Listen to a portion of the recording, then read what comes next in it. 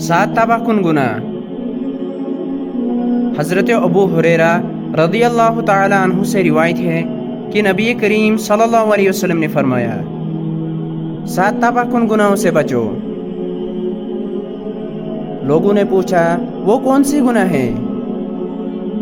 आप सल्लल्लाहु अलैहि वसल्लम ने फरमाया, नंबर 1, अल्लाह के साथ किसी को शरीक करना। नंबर 2, जादू करना।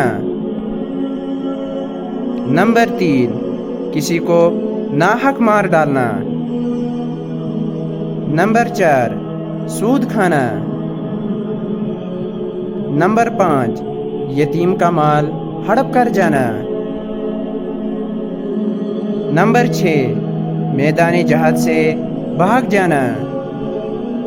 और नंबर 7, नेक औरतों पर तोहमत लगाना। इस वीडियो को शेयर ज़रूर करें, हो सकता है आपकी शेयर की वजह से ये बात किसी के दिल में उतर जाए।